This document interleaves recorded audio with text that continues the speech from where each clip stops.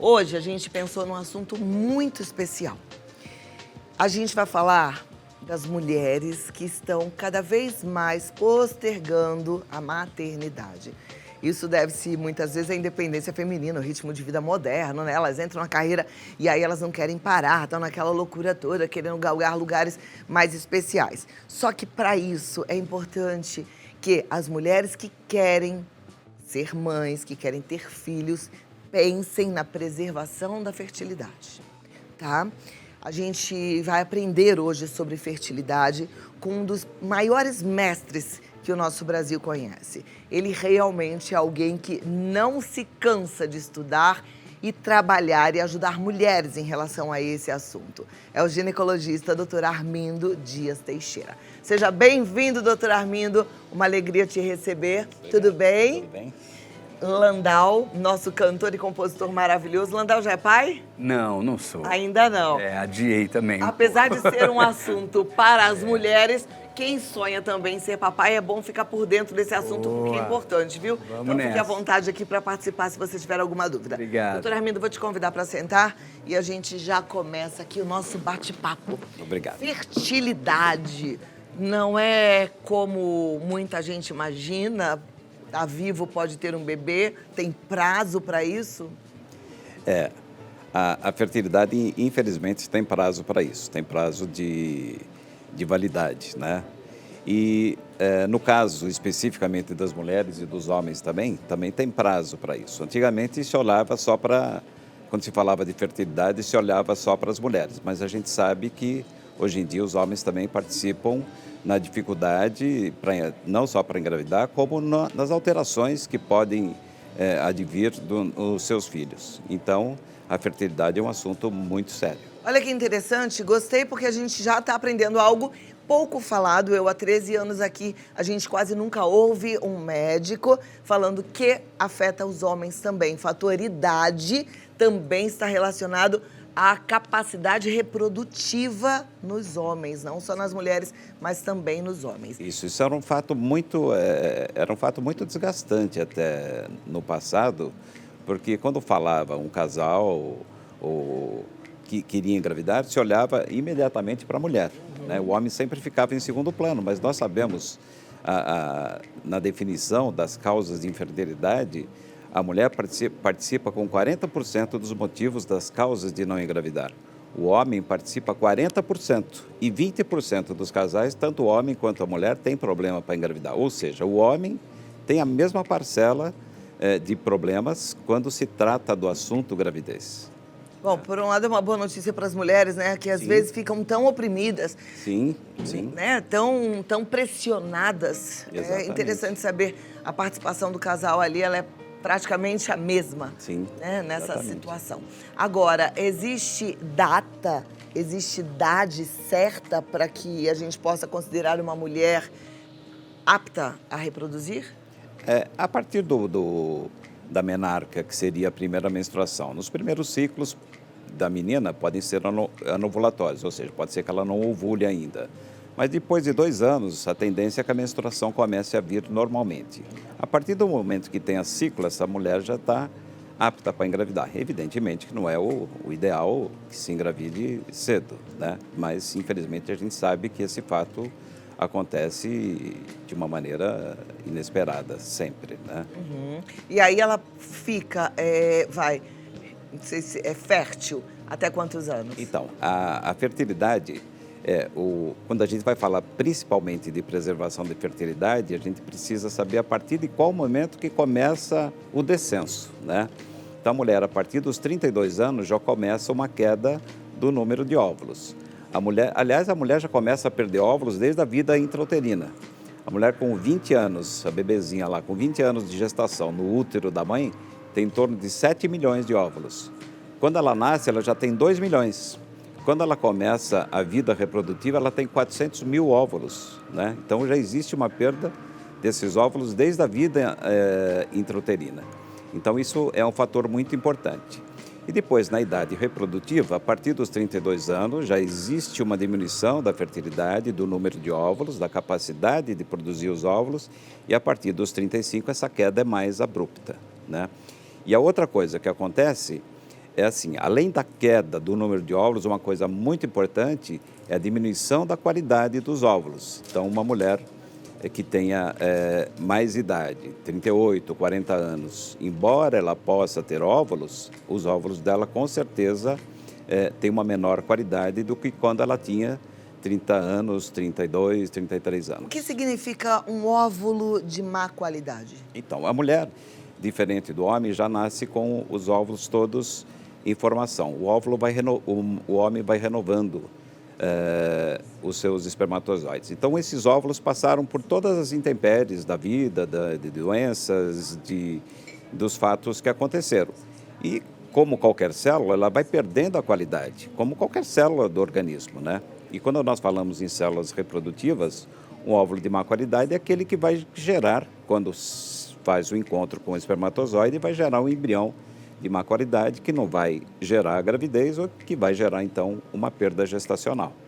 Ah, então a mulher ela pode até ter óvulos, mas talvez não tão saudáveis, e aí talvez essa gravidez não vá adiante. Exatamente. Problemas congênitos de saúde no bebê podem estar relacionados a esses óvulos de má qualidade? Sim, é a grande questão que nós falamos quando nós falamos de preservação da fertilidade. Então, você me perguntou da queda da fertilidade. Eu falei 32, 35. Então, o que nós poderíamos discutir, por exemplo, uma mulher, você falou que as mulheres hoje têm um papel diferente na sociedade, graças a Deus. Antigamente, as mulheres tinham o papel de casar e procriar. Esposas, cuidar do marido e dos filhos. Hoje, felizmente, não. As mulheres se lançaram no mercado de trabalho, querem uma ascensão na carreira e nós sabemos que isso demanda um tempo. E dependendo da carreira e dependendo dos estudos que a pessoa está fazendo, de repente de um cargo que ela almeja ter, um filho naquele momento, né? Você tem filhos, né? Tem netos, né? A gente sabe que em determinado momento da vida, um filho ele demanda uma energia muito grande e acaba, eu não vou falar atrapalhando, o filho nunca atrapalha, né? Não atrapalha. Filho sempre é uma bênção, né? Mas acaba tirando a mulher daquele projeto que ela vinha tendo. Então, por isso que se fala nessas mulheres que estão postergando a maternidade, que faça o congelamento de óvulos e que aproveite o momento, que faça a idade ideal, que seja antes dos 35 anos. Né? Tem que, então, por exemplo, congelar os óvulos até, no máximo, 35. Então, uma coisa é o ideal, uma coisa é o factível. Uhum. Vamos supor, uma mulher que teve lá a informação, que é uma coisa que realmente a gente precisa divulgar, mas isso ainda se melhorou muito, mas ainda está muito longe de ser o ideal. Uma mulher, o ideal é quando ela percebe que ela quer tudo isso na sua vida, na sua carreira, e o filho não está cabendo naquele momento, é que ela faça o mais rápido possível esse congelamento, né? E a idade é 35. Ah, mas passou 35, não lembrei disso, eu estava com outros projetos, eu estou com 37, não posso congelar? Claro que pode congelar. É melhor congelar com 37 do que ela tentar depois engravidar com 43 ou fazer o congelamento com 43 anos. Existe uma diferença muito grande. Então, não existe uma idade que proíba fazer o congelamento de óvulos. O que existe é a idade ideal, mas a paciente deixou passar. Vai, está com 36, está com 37, 38?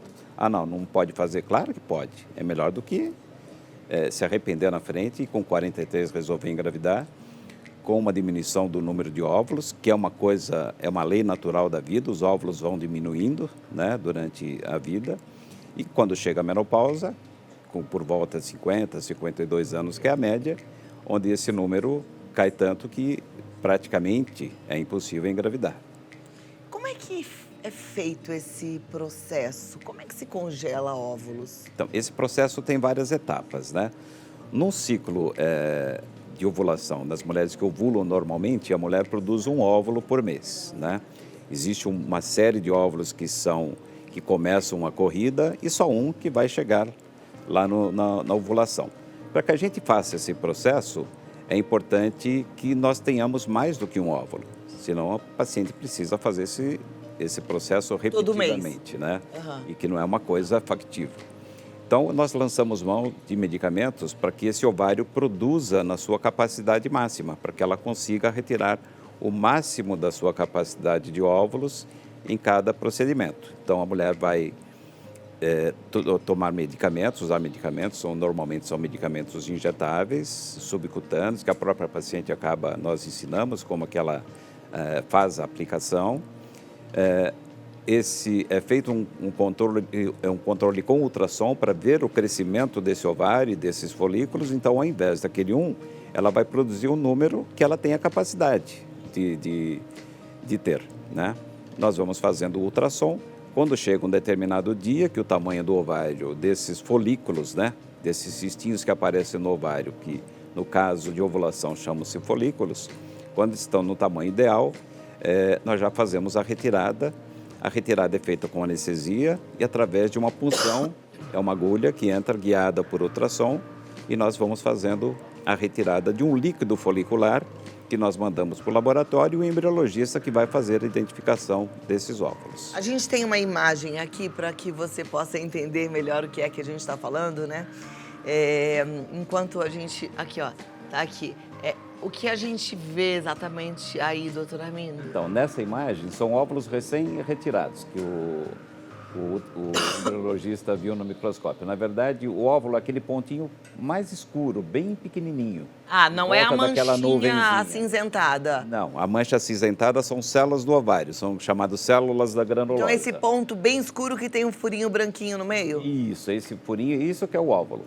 Então, essa é a primeira parte. Depois é um trabalho do embriologista. Ele vai tirar todas essas células em volta, vai fazer o preparo para que se congele. Para você ter uma ideia, esses óvulos vão ser congelados por uma técnica chamada vitrificação. Eles vão a menos 196 graus e ficam armazenados durante um tempo. Ainda não se tem o tempo que esses óvulos podem ser congelados. Até o momento, não existe nenhum estudo que a partir de tantos anos esses óvulos já não sirvam mais. Esse processo existe há quanto tempo? O congelamento de óvulos, de espermatozoides, já existe há muito tempo. O congelamento de óvulos existe há menos tempo. É um processo que tem uns 10, 12 anos, mais ou menos. Estou fazendo essa pergunta para tentar entender se já temos muitos bebês que nasceram através da fertilização pelo congelamento de óvulos. Sim, temos, sim.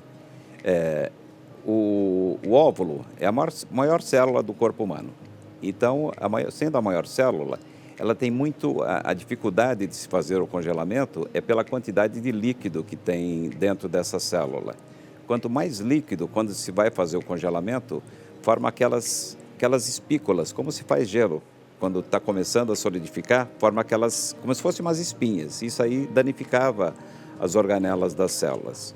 Depois que veio o advento da vitrificação, como o nome diz, vitrificação, ele vira como se fosse um vidro instantaneamente, ele vai a menos 196 graus. Então, é preservada, todas essas estruturas são preservadas. É lógico, é um trabalho do laboratório, existem substâncias para proteger contra esse congelamento, é lógico que é um trabalho técnico em torno disso, não é só colocar a menos 196 graus. Agora, se uma mulher, por exemplo, resolve ter filho e ela faz o congelamento de óvulos, porque ela pretende ter lá na frente, depois dos 42 anos, ela vai precisar que o marido tenha congelado também os espermatozoides dele? Não, não necessariamente, né? A não ser que ele tenha algum problema.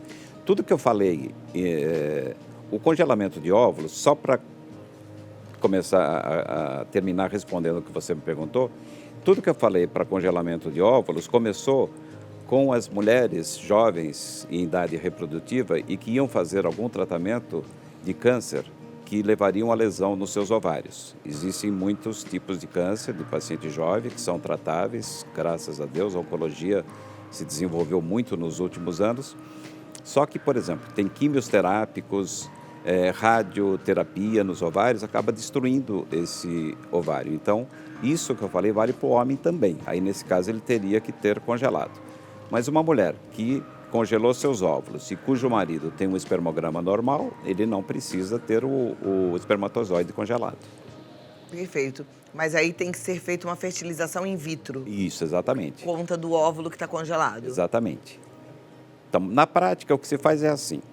Como é que nós temos que considerar o congelamento de óvulos? Eu sempre falo, o congelamento de óvulos é uma caderneta de poupança. Você fez lá com 32, 33 anos, tem que estar guardado lá para não mexer, como se fosse um seguro. Que você faz e torce para não usar, né?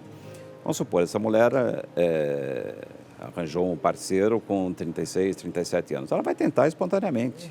Em último caso, ela vai recorrer àqueles óvulos. Pode ser, eventualmente, que ela nem venha a usar esses óvulos. E é um processo caro fazer a retirada e depois o congelamento dos óvulos? Então, o valor inclui várias etapas, né? Tem a parte médica, tem a parte laboratorial e tem a parte de medicamentos. Não é um procedimento barato, mas também não é nada impossível. É uma questão de se planejar. Hoje, todas as clínicas no Brasil, tem mais de 180 clínicas, né? Tem muitas pessoas que demandam o tratamento, mas também tem muitas clínicas no Brasil e tudo se ajeita, né? E é um procedimento seguro, doutor? É um procedimento seguro.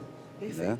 Bom, eu tenho várias perguntas. Landau, depois se você quiser perguntar também, fique à vontade. Boa. Mas eu quero saber se você também tem dúvida. Se tiver, manda pra gente no Vida Melhor Oficial, tá bom? Tô conversando com o doutor Armindo Dias, médico, ginecologista, especialista em reprodução humana, está nos ajudando a entender melhor aí esse mundo novo e moderno, né? Exatamente. Porque a gente mudou, a medicina vai acompanhando. Até já, me dá 2 minutinhos, tá bom? Doutor Armindo, vamos voltar aqui, sentar aqui do seu lado, porque eu vou chamar as perguntas. Tá aqui minha aguinha. Chamar as perguntas. Você que já mandou a sua pergunta, segura aí. E a gente vai conferir aqui no nosso vídeo wall, tá? Eu perguntei várias coisas do doutor Armindo. Quem está ligando a televisão agora, a gente está falando de reprodução humana, da importância da gente entender aí a nossa fase reprodutiva em fartura e qualidade, né? Que se disse até 32, até 35 anos.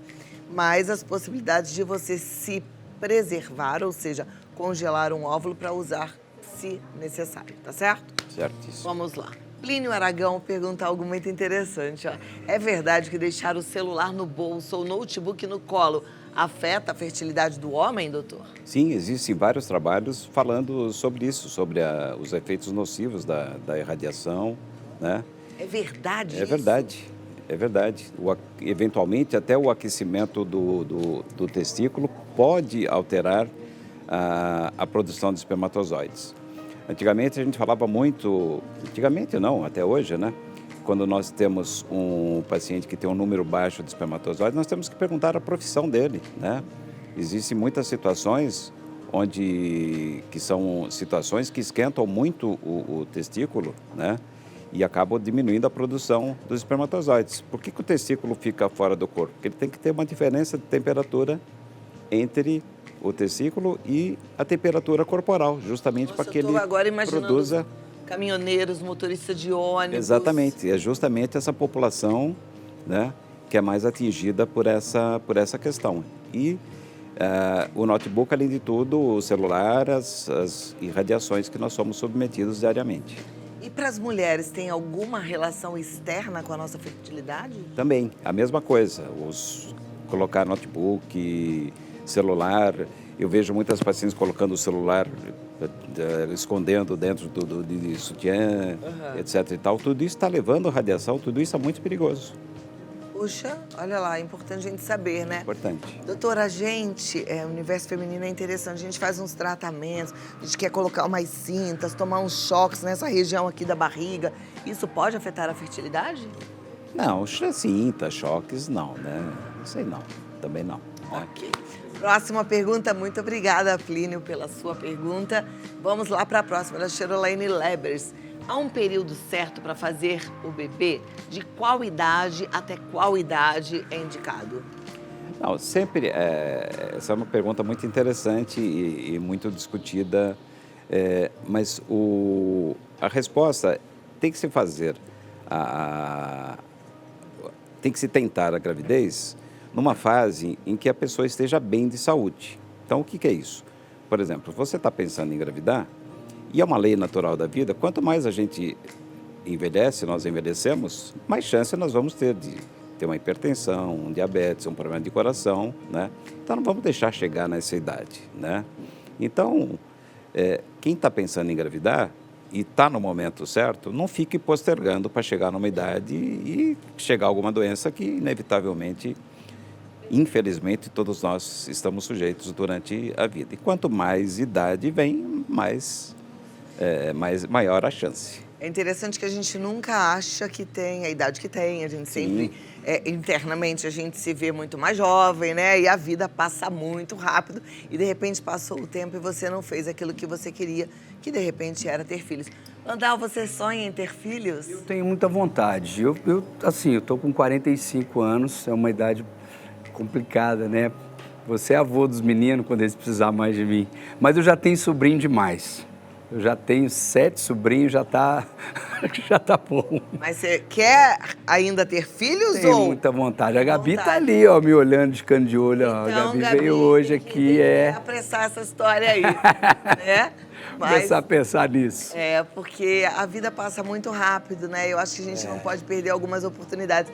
É muito interessante que hoje as pessoas vão postergando, achando que precisa ter o momento certo para ter filho, né? Eu tive filho em 2 situações completamente diferentes. Uma, que foi a minha primeira gestação, que me pegou muito de surpresa, tinha acabado de casar e estava grávida do Gabriel, aos 21 anos, ele nasceu, eu tinha 22 anos, e começando a minha vida aqui em São Paulo, começando um trabalho na época que era o Shop Tour, e sem ninguém, eu não tinha rede de apoio, minha família toda do Rio de Janeiro, né? Então, que loucura. Mas deu tudo certo, gente. Dá tudo certo. Aí, como você fez? Não sei, eu fiz. Eu não parei de trabalhar, não pude. Na época, meu marido ficou desempregado. Eu era autônoma, mas deu certo. E aí, depois eu tive a Carol já num momento mais estável, aos 29 anos. E também deu tudo certo. Eu vou te falar uma coisa, minha amiga e meu amigo. Se você tem sonho, manda brasa. E filho é bom demais. Mas só queria pontuar uma injustiça a natureza é perfeita, né? Mas tem uma coisa que eu acho muito injusta. Por exemplo, uma mulher de 44 anos, é difícil até a gente abordar isso no consultório hoje, porque as pessoas, às vezes, dependendo como você fala, até ficam magoadas, né? Mas uma mulher de 44 anos é uma mulher super jovem. Sim. E eu até brinco com elas. O grande problema é que esqueceram de avisar o ovário, né? O ovário continuou o mesmo, né? Mas falar que uma mulher de 44 anos vai ter todos esses problemas de dificuldade para engravidar, de uma chance maior de ter um filho com algum problema genético, é até cruel a gente falar isso, né? Porque uma mulher de 44 anos é uma paciente super jovem, né? Mas a natureza nessa parte... eu acho que ainda talvez o corpo vá fazer lá suas mudanças nesse processo evolutivo e quem sabe, de repente, a gente vai ter óvulos melhores aí aos 50, 60 anos, a gente começa a entrar na menopausa mais lá pra frente, porque realmente muitas coisas estão mudando, sim, né? Sim. A gente tem conseguido longevidade e qualidade de vida. Sim. Agora, vamos continuar aqui, tá? O Luiz Guilherme quer saber se alimentos muito processados e sintéticos podem afetar a fertilidade. Sim, alimentos ultraprocessados, refrigerantes. Então, uma conduta que nós temos na nossa prática diária é imediatamente mandar a paciente passar com a nutricionista para que corrija todos os eventos adversos. No meu caso, é até mais fácil, porque a nutricionista da clínica é minha esposa. Então, ela acaba cuidando, nós acabamos cuidando desse casal em conjunto. Então, a Regina, que é minha esposa, me ajuda muito nesse aspecto, tentando melhorar a qualidade ovular, né, através de suplementação e através da correção desses alimentos, né?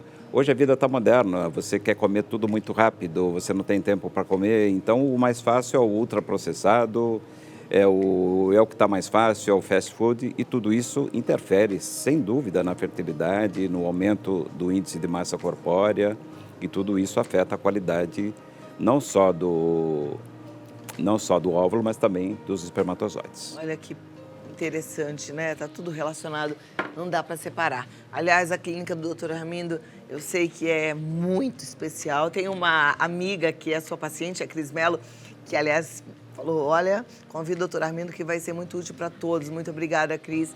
E aí eu queria te dar um espaço, Dr. Armindo, para deixar um recado, falar o que senhor quiser falar assim em relação à fertilidade para as mulheres que estão nos assistindo, muitas já têm suas filhas e estão preocupadas em será que eu não vou ser avó porque minha filha não está nem aí para engravidar? Acho que o grande recado é que não deixem passar o tempo, né?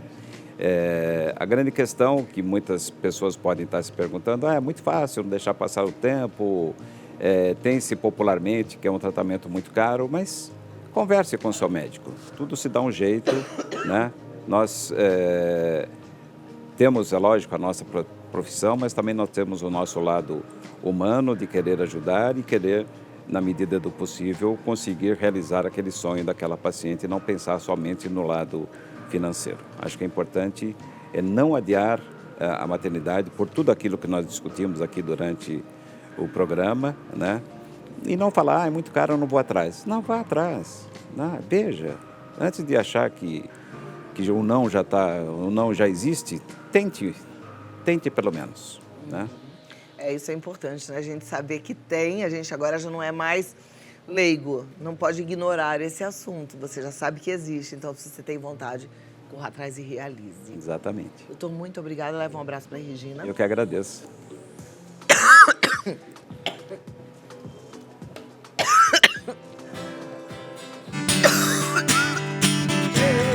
Você tem alguma pergunta, Landau? Eu tenho algumas perguntas em relação a... Tipo assim, quando a gente fica muito nessa espera, né?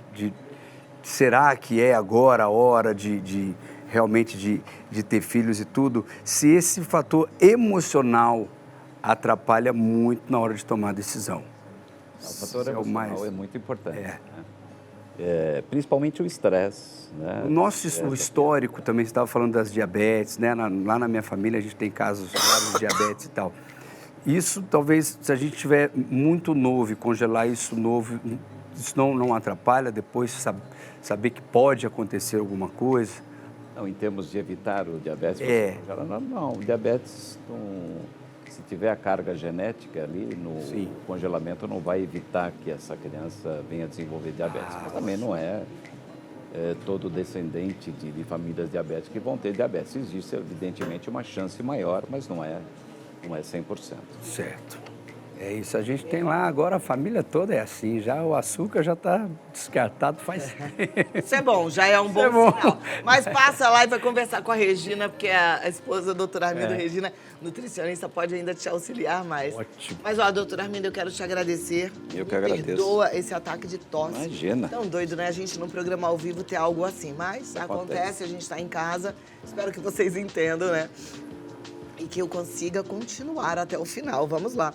Doutor Armindo Dias Teixeira, ele está no Instagram, DR Armindo Teixeira.